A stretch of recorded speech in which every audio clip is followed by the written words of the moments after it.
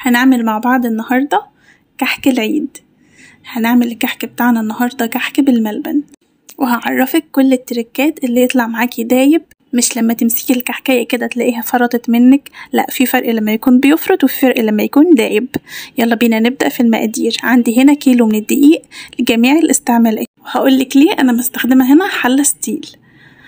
هنفضي كده كيلو الدقيق في الحلة وهننزل بكل المكونات الجافة. عندي هنا معلقتين كبار من سكر البودر، سكر عادي هتضربيه في الكبة يبقى معاكي سكر بودر، هتاخدي منه معلقتين. عندي هنا معلقة كبيرة تحويجة كحك وعليهم نص معلقة بيكنج باودر، وعندي هنا كوباية مية عادية مش دافية ولا أي حاجة، كوباية مية من الحنفية، عليهم نص معلقة خميرة ومعلقة سكر صغيرة، يبقى نص معلقة خميرة صغيرة ومعلقة سكر صغيرة. وقلبي بقى كل المكونات الجافة دي مع بعض، وهنسيب كده كوباية الخميرة تختمر على جنب لحد ما نقلب المكونات بتاعتنا ونكمل باقي الخطوات.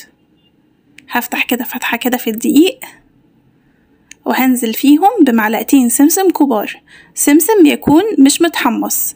لو هتعملي الكحك على البارد يبقى السمسم يكون متحمص، لو هتعمليه على الساخن لا، ما تحمصيش السمسم.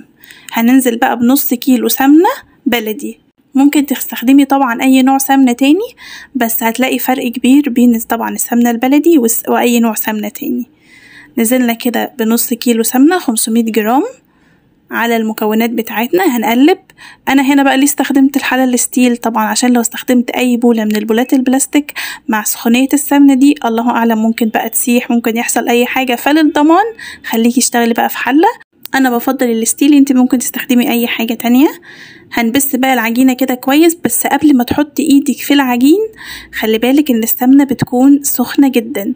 انا هنا مسخناها لدرجة ما قدحتش معايا، انت لو عايزة تقدحيها تقدري تقدحيها، بس طبعا الكحك بتاعك هيكون حامي قوي، فانت خليكي في الوسط، سخنيها بس ما تسخنيش لدرجة انها تتقدح منك، عشان هيبقى صعب، ده هتحسي ان هو حامي عليكي بعد ما تاكليه. اقعدي بقى بسي كده لحد ما العجينة تبقى طرية في ايدك.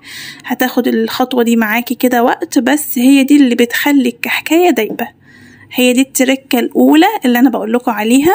الفرق بين تكون الكحكاية بتفرط وفرق بين تكون الكحكاية دايبة، البس ده هو اللي هيخلي الكحكاية بتاعتك دايبة.